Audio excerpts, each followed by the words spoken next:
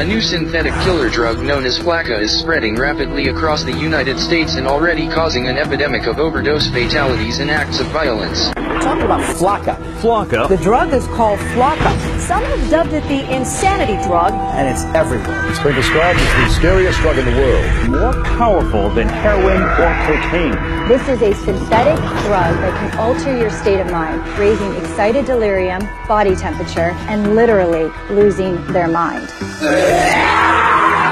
They're all experiencing like superhuman kind of strengths. It takes 6 policemen to hold them down. That's a problem. Psychotic breakdowns, hallucinations, aggressive, violent behavior, Cannibalism and self-mutilation. indiscriminate violence. When FLAKKA takes over, we are living in the context of the end of the age.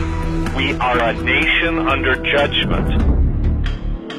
Welcome to stage 1 of the zombie apocalypse. It's been long theorized that controlled substances can bring people closer to the spirit world. Sometimes, however, what comes out of that experience isn't what you'd expect. And right now, our society is being plagued, dominated by an epidemic of controlled substances. In the 1970s, people were talking about peace and love, but nowadays people are coming back from bad trips and total psychosis. The number of overdoses are up, as are the cases of total zombification, i.e. demonic possession. The dark side opens people up to such possessions through lack of faith and environmental conditions. And while this isn't so much an issue with people of faith or orthodox practitioners, if your foundation is public education, if your dogma is militant atheism, substances like bath salts or FLAKKA can be the ingredient that pushes you over the edge, an edge that you will never come back from. Weaponized substances such as bath salts and spice are being mixed into just about everything these days. E-cigarettes, chocolates, party drugs, with the intended purpose of fucking you up permanently. These are not the days to be experimenting with new things. These are not the days to be a party kid. Nefarious agendas are at play, and just about everything out there these days is being spiked with chemicals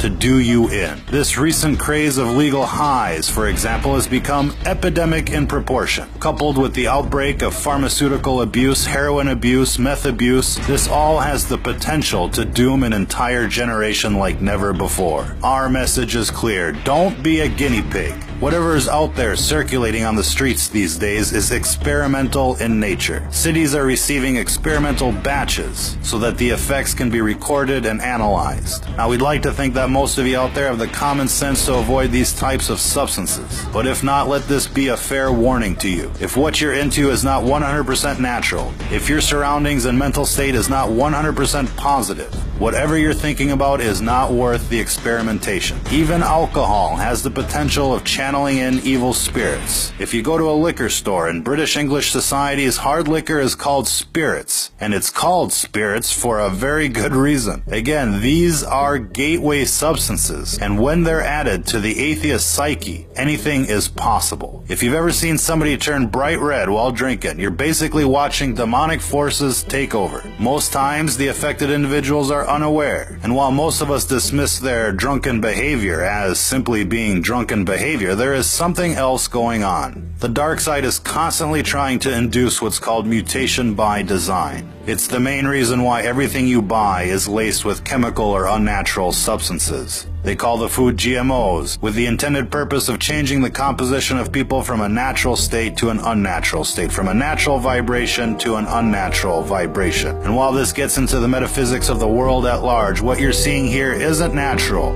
it isn't safe, and it isn't just psychosis. It's what happens when you stare into the abyss, and when the abyss stares back. If you're listening to this, you are the resistance.